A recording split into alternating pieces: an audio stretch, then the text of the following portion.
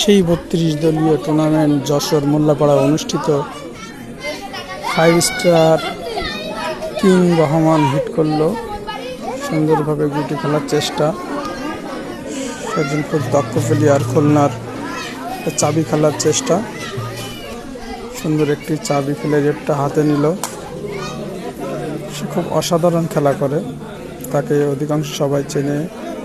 Red সুন্দরভাবে ব্যাচটা খেলে দিল, আবার চাবি মেরে কভারের চেষ্টা, সুন্দর একটি চাবি দিয়ে কভার দিল। অনেক বড় আয়োজন, অনেক দূর দূরান্ত থেকে এসেছে খেলা করতে। সুন্দর একটি টান নেওয়ার চেষ্টা, আনফিট গুটিটা লাইন করে নিল রহমান সাহেব।